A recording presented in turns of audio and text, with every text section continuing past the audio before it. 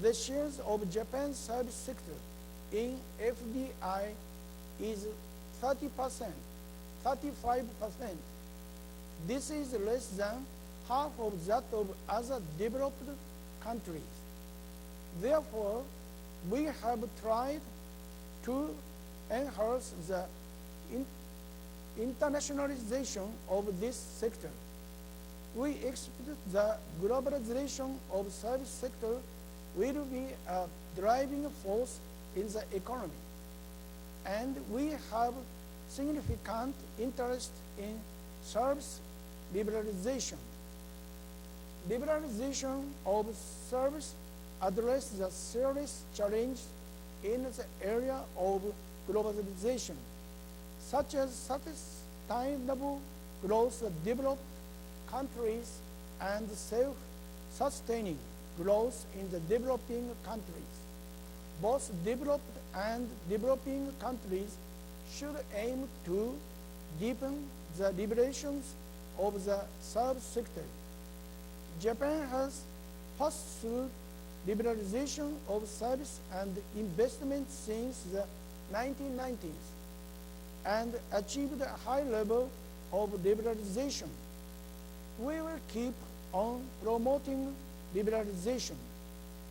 As we meet here today, we have a great responsibility to bring success to Doha land. We should reaffirm the benefit of service liberalization and reactivity Doha in order to conclude the round in 2010. Thank you very much.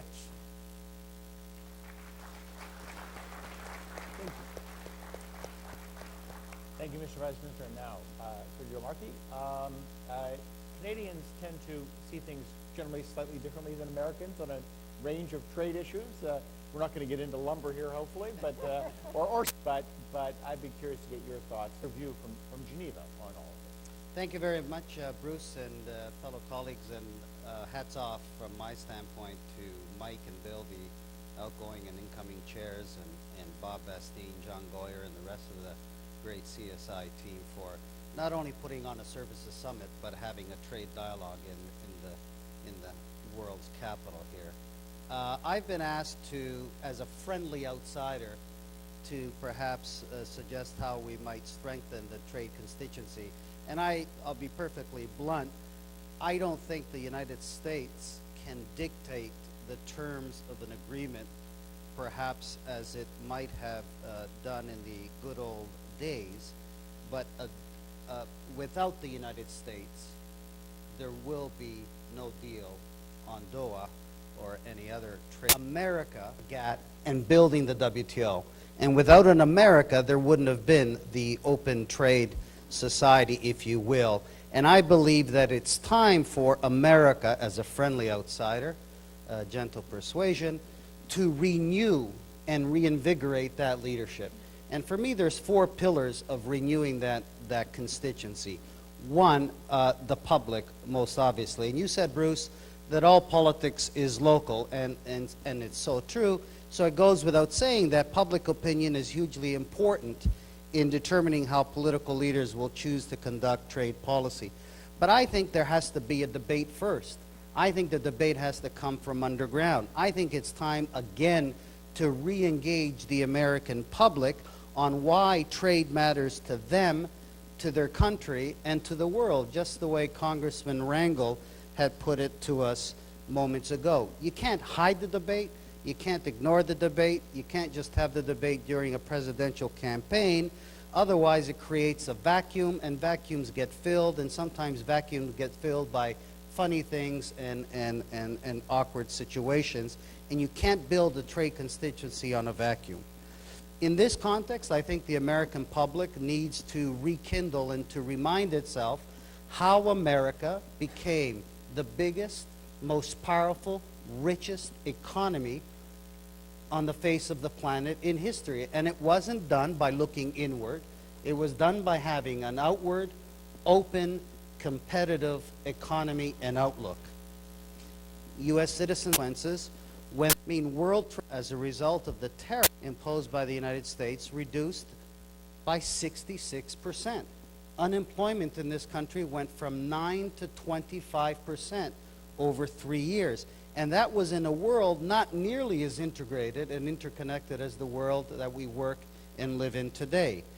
Can the U.S. public step off of that world, which is becoming smaller, faster, and flatter?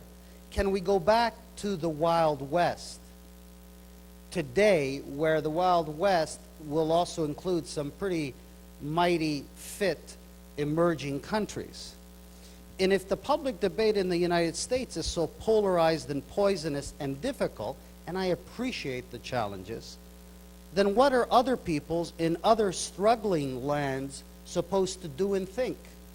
What are we supposed to also do and think in terms of having emerging countries respect the rules-based institutions which America was indispensable in building?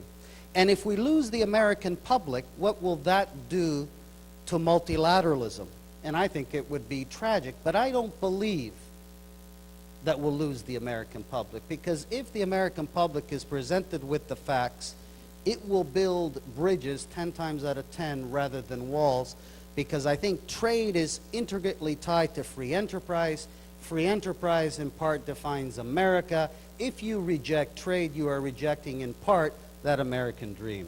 Second, the business pillar. Talking about free enterprise, it's no accident why the United States private sector not only has been supportive of trade over the years, I would say has led and defined to a large degree the trade deals, both globally, regionally, and bilaterally. And I think they need to refine, as businesses around the world, their voices on the trade debate once again. I think it also can't be a domestic voice. They have to engage other business sectors in other capitals, including the multilateral capitals where decisions are being discussed and taken.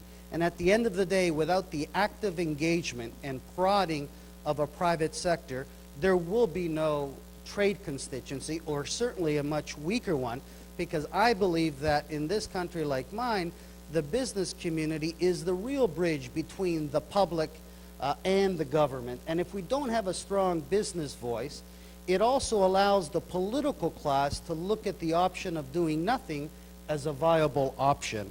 And after all, it's the business community that moves services and goods. And that's why we're liberalizing trade, to allow those movements, freer movement, and the bottom line, obviously, to create opportunities and increase people's standards of living. Third, the congressional pillar. Yes, all politics is local, but if you're a U.S. politician and you're helping to run the only superpower left in the world, then what you say and what you do has significant global consequences, and therefore getting trade right is a huge deal, because it's not just about domestic local politics. And I believe that your American domestic politics can't undermine your aspirations for American leadership on the world stage, because it goes without saying that it has both its privileges and obligations. And if you forfeit leaders to your domestic political scene because of having forfeited the leverages that come with it. Politics in America, in Washington, like in Ottawa and elsewhere, is a tough business. It's not fair. But in listening to Congressman Rangel, I would suggest if there was a short list of issues that can potentially rally bipartisanship, I would have to think that trade would or should be on that short list. I mean, there's been no monopoly on trade deals between the two national parties.